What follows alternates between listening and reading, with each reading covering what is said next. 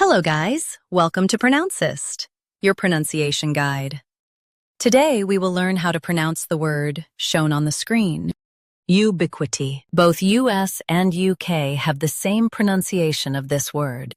Stress B, keep qu soft, then T. Ubiquity. Ubiquity.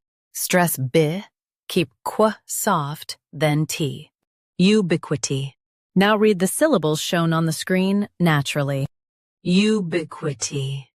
Stress B, keep qu soft, then T.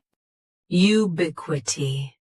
Practice repeatedly and you'll soon be able to say this word perfectly. The best way to practice is to repeat the syllable multiple times. The meaning of the word is common, everywhere. Try repeating this word several times to improve your pronunciation. We post daily videos on useful and commonly mispronounced words to help you speak clearly and confidently. Like this video and subscribe to Pronouncist for more pronunciation guides. Thanks for watching us.